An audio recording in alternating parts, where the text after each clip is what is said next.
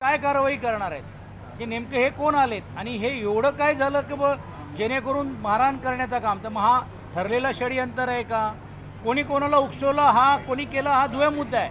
पण या पायऱ्यांवरती जिकडे विधिमंडळाचे माननीय आमदारांना पण अनेक वेळा बसू देत नाही, जमा करू दिलं जात नाही, अशा वेळी जर या गोष्टी होत असेल तर हे दुर्दैवी आहे. आणि म्हणून ह्याची चौकशी व्हायला पाहिजे आणि जे काय वस्तुस्थिती ती लोकांसमोर यायला पाहिजे. अन्यथा उद्या या विषयावरती पण देखील सभागृहामध्ये आम्ही आवाज उठवल्याशिवाय राहणार. एक अहवाल दिला होता अध्यक्षांना पोलिसांनी की अशा प्रकारे म्हणजे आमदार आणि पीएन व्यतिरिक्त कार्यकर्ते विधान भवनात येतात. ही वस्तुस्थिती पण आहे की अनेक आमदार विदाऊट पास देखील आणण्याचं काम करतात. अनेक वेळा तिकडे दादागिरी केली जाते, अनेक वेळा तिकडे असलेले मुख्य जे असलेले जे गार्ड असतात त्यांच्यावरती पण दबाव आणला जातो. ही वस्तुस्थिती नकारता येणार नाही. मग असे आमदार कोण आहेत त्याची नावं जाहीर व्हायला पाहिजे.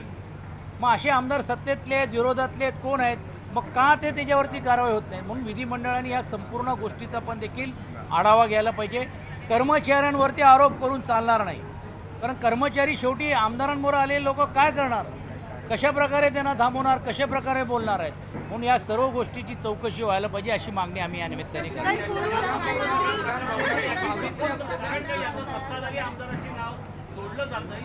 हे सत्ताधाऱ्यांबरोबर आले होते हे स्पष्ट झालेलं ना, कारण जे व्यक्ती जे नितीन देशमुख हे जितेंद्र आव्हाडांबरोबर माननीय आमदारांबरोबर फिरतात ते त्यांना भेटले नाही म्हणून हे दिसल्यानंतर असं सांगण्यात आलेलं आहे. म्हणजे मी व्हिडिओ पाहिला नाही, पण जी मला प्रत्यदर्शनी जिकडे जे लोकांनी जे सांगितलेलं आहे की इशारा करून त्यांच्यावरती हा हल्ला केलेला आहे. म्हणजे ही तर भयानक गोष्ट आहे. म्हणजे उद्या मी इकडे आहे, मी जरी साक्षी नसेल पण मी इशारा करून जर बघरे याला असं जर करायला लागलो तर मला असं वाटते लोकशाहीमध्ये अशा प्रकारे विधिमंडळामध्ये हे जर होत असेल तर माझ्या एवढ्या वर्षाच्या कारकीर्द तरी देखील बघायला मिळालं नाही. म्हणून आता मी म्हटल्याप्रमाणे की आमदार सुरक्षित आहेत की नाही हा प्रश्न निर्माण होतोय. नुकताच सुरक्षा कायदा आता पारित झालेला आहे, तर हा सुरक्षा कायदा ही अयोग्यच आहे.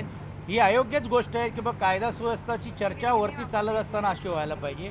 आज आदरणीय पक्षप्रमुखांनी पण देखील हिंदी भाषावरतीची सक्तीचा जो निर्णय घेतलेला आहे त्याच्याबद्दलचं एक पुस्तक आणि ज्याच्याबद्दल एक विश्लेषण, एक अहवाल आज माननीय मुख्यमंत्र्यांकडे जाऊन देण्याचं काम केलेलं आहे.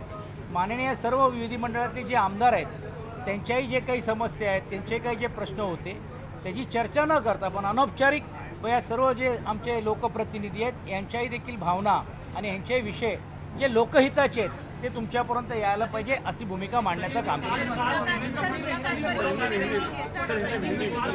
जो आज नाही हे असं ह्याच्यात असं काहीच नाही आहे. काल त्यांनी आम्हाला आमंत्रण केलं किंवा ऑफर दिली आणि म्हणून आम्ही आज आलो. तर विरोधक या ठिकाणी कारवाईची मागणी करतात. त्याच्यातच विधानसभा अध्यक्षांकडून राड्याची गंभीर दखल घेण्यात आली आहे. जी हाणामारी झालेली होती कार्यकर्त्यांमध्ये त्याची दखल अध्यक्षांनी घेतलेली आहे. विधानसभा अध्यक्षांनी याची दखल घेतलेली आहे. तर विधान भवनात ही हाणामारी झाली होती. पडळकर आणि आव्हाड यांचे कार्यकर्ते समर्थक आपापसात भिडलेले होते. विधानसभा अध्यक्षांनी आता गंभीर दखल घेतलेली आहे या सगळ्या राड्याची. विधानसभा अध्यक्षांनी याविषयीचा अहवाल मागवलेला आहे. त्यामुळे आता यानंतर नेमकी काय कारवाई केली जाणार ते बघावं लागेल. विधानसभा अध्यक्षांकडून या राड्याची गंभीर दखल घेण्यात आली आहे, कारण विधिमंडळ ज्या ठिकाणी राज्याचे कायदे बनतात त्या ठिकाणी अशा पद्धतीनं कार्यकर्ते आपापसात भिडलेले होते. त्याच्यामुळे सगळीकडूनच टीका होत असताना आता कारवाईची मागणी सुद्धा झालेली होती आणि हा मुद्दाही विधानसभेमध्ये उपस्थित करण्यात आला आणि त्याची दखल विधानसभा अध्यक्षांनी घेतलेली आहे. याविषयीचा अहवाल त्यांनी मागवलेला आहे आणि अहवाल मागवल्यानंतर आता जे राडेबाज आहेत, ज्यांनी या ठिकाणी राडा घातलेला होता, आपापसात हाणामारी केलेली होती, त्यांच्यावर काय कारवाई होते ते बघावं लागणार आहे. विधिमंडळ परिसरामध्ये हा सगळा वाद झालेला होता आणि हा वाद विकोपाला गेल्यानंतर हे कार्यकर्ते हाणामारीवर उतरले, एकमेकांना मारहाण करत असल्याचं या ठिकाणी पाहायला मिळत आहे. तर सध्या अधिवेशन सुरू आहे आणि राज्यामध्ये पुढे नेमकं कशा पद्धतीनं कायदा सुव्यवस्था चालेल किंवा कोणते कायदे आणावेत याविषयी चर्चा सुरू आहे. आणि अशातच हे कार्यकर्ते आमदारांचे हे समर्थक आहेत आणि ते आपापसात अशा पद्धतीनं भांडताना दिसून येत आहेत, हाणामारी करताना दिसून येत आहेत. त्यामुळे ही गुंड गुंडगिरी आहे का असा सवाल विरोधकांनी विचारलेला होता. हे गुंड आहेत की समर्थक असा सवाल विचारला जातोय विरोधकांकडून. तर आता विधानसभा अध्यक्षांनी सुद्धा या राड्याची दखल घेतलेली आहे, गंभीर स्वरूपाची दखल घेतली आहे आणि याविषयीचा अहवाल त्यांनी मागवलेला आहे. त्यामुळे अहवाल आल्यानंतर या कार्यकर्त्यांवर, राडेबाजांवर नेमकी काय कारवाई होणार याकडे सुद्धा संपूर्ण महाराष्ट्राचं लक्ष लागलंय. जितेंद्र आव्हाड आणि गोपीचंद पडळकर यांच्या कार्यकर्त्यांची ही हाणामारी झाल्याची माहिती समोर आलेली होती.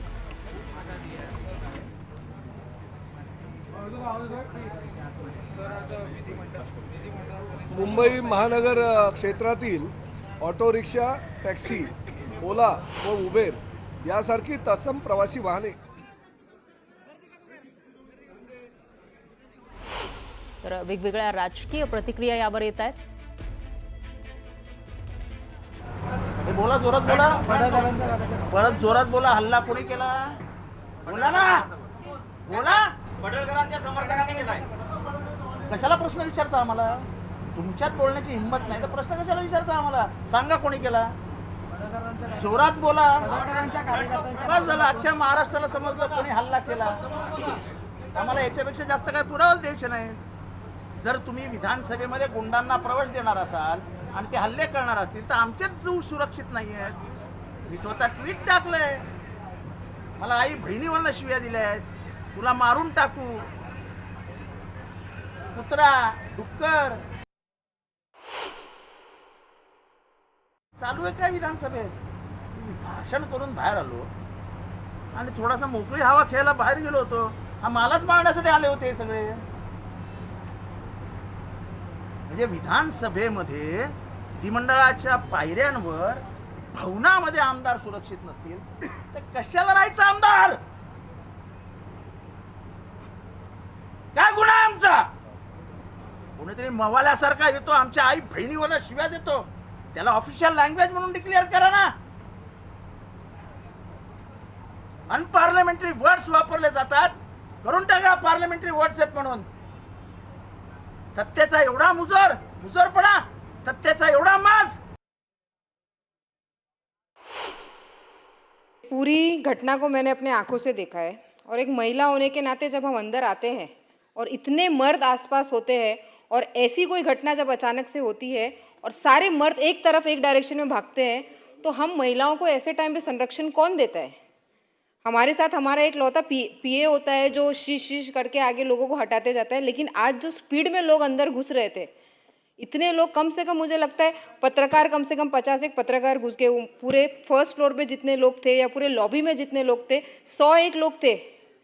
मैं वहाँ से मी परत आतमध्ये आले फक्त हे बोलण्यासाठी की बाबा हे असं चालणार तर आम्ही लॉबीमध्ये चालू शकत नाही. आम्ही कुठे बसले तर 2-3 कोण आहे ते आम्हाला पण माहीत नसते. ताई तुमच्यासोबत फोटो काढायचा आहे, काय पत्र द्यायचं आहे, पण कोणीही कोणतेही आपल्याला डिसिप्लिन नाही भेटतं आहे आतमध्ये.